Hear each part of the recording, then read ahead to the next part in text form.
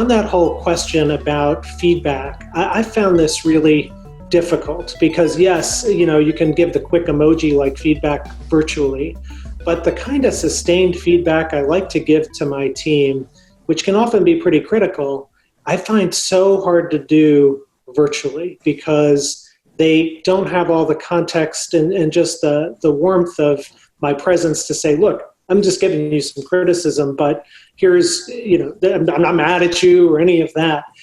Is there a literature or what have you found to work when you're dealing with that kind of problem?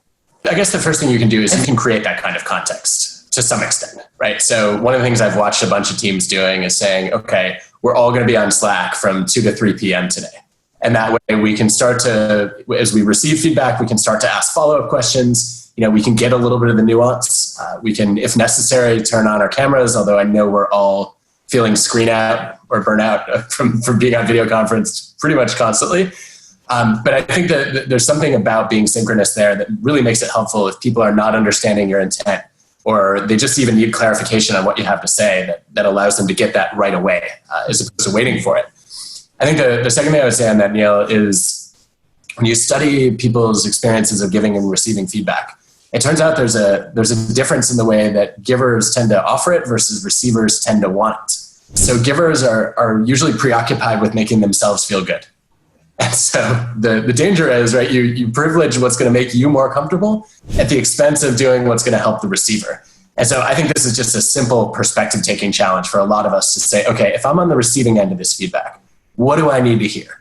I probably don't need a sugar-coated feedback sandwich, right? That never tastes as good as it looks. But I do need a little bit of, hey, even if I think this document or brief was total garbage, there are 3 redeeming features on page 94, and you should rewrite the whole thing around that, right? So I think just imagining what you want as a recipient is a pretty simple step that has a lot of data behind it. Stewart, I read you were in some Twitter discussion this weekend with someone who is trying to attack you for not allowing remote working early on in Slack. Right. And now, evidently, I guess things have changed. But could you talk a little about the evolution and your own thinking behind that? Yeah, so there's working from home, and then there's being a distributed workforce. And, we have our biggest customer is IBM, 350,000 daily active users. Thousands of offices in 100 plus countries, that scale of organization. So that's distributed in a different way. And when Slack started, there was 1 person in New York, 2 in San Francisco, 3 in San Francisco, and 4 in Vancouver, British Columbia. So we're always kind of distributed. And I think people need a lot of, organizations need to build a lot of trust, or teams need to build a lot of trust to operate effectively. It's kind of like not fuel, but a multiplier on the effort that people put in and kind of what result you get. The lower the trust, the less output you're going to get, or Ben Horowitz's formulation, trust and the need for communication are inversely proportional. So low trust environments need a lot of excess communication. And that's much easier to establish with face-to-face interactions. So we ended up hiring people in particular office locations and then gradually the people who wanted to work from home, letting them. But today it's so different. This is not working from home. And, the people who we had working from home, they had a little office set up, their kids went to school or had daycare, or, the grandparents helped, or they had a nanny or something. Now it's spouses are fighting over which part of the kitchen table they get to use for the conference call, and the kids are running around and going bananas because they haven't been able to see their friends. And so it's a very, very different environment than it would have. At the same time, we're a younger organization. We're kind of more dynamic, more progressive. I talk to CEOs of companies that are much larger and been around for much longer than we have. And this transition is something that, if you asked them 3 months ago, they would have said it's impossible. Or it would have been impossible for us to transition to working from home in the course of 2 weeks. And sometimes when you have to do it, you end up just doing it, and then you're open to new possibilities. So for us, it's an ongoing conversation because we have no idea when we're going to go back. Like the debate I literally had moments before joining this call, discussion with our head of people is, we had said that offices are closed till at least the end of May. And so it's time to revise that. We wanted to give people a date so they don't feel too uncertain. And should that date now be the end of June, or should it be September, or should it be like sometime in early 2021? Because we don't have to be in the office, and which means that we're probably going to be last to go back. And in the meantime, how much are we going to invest, and how much change are we willing to kind of incorporate in a way that feels permanent, as opposed to temporary and transitional? And the good news is I'd say that management is more open-minded, individual employees are more open-minded, kind of the collective organization is more open-minded, and hopefully we'll make some really positive changes for the long term, including a lot more flexibility with where people work. And Adam, as Stewart was talking about working from home and that distinction, it just brought to mind my own life, and I think that of so many of my friends, which is, yeah, we're working from home, but darn, it's hard. How do you maintain focus when you've got kids running around and lawnmowers going and TV and video games and all sorts of stuff? Have you thought about this, and can you have any good advice for us? Yeah, I mean, again, welcome to the club, right?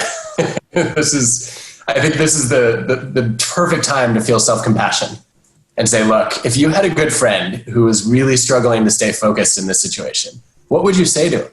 You wouldn't say, you're lazy, you're unmotivated, you're like a child, you're completely unproductive.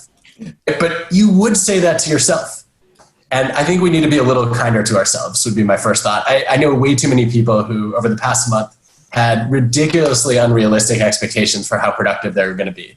Thinking, I don't have to commute, I don't have to do hair and makeup. I've never had to do hair, but I know what they mean.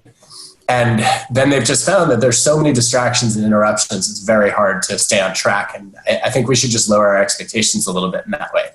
I think, beyond just managing expectations, attention is the big factor here.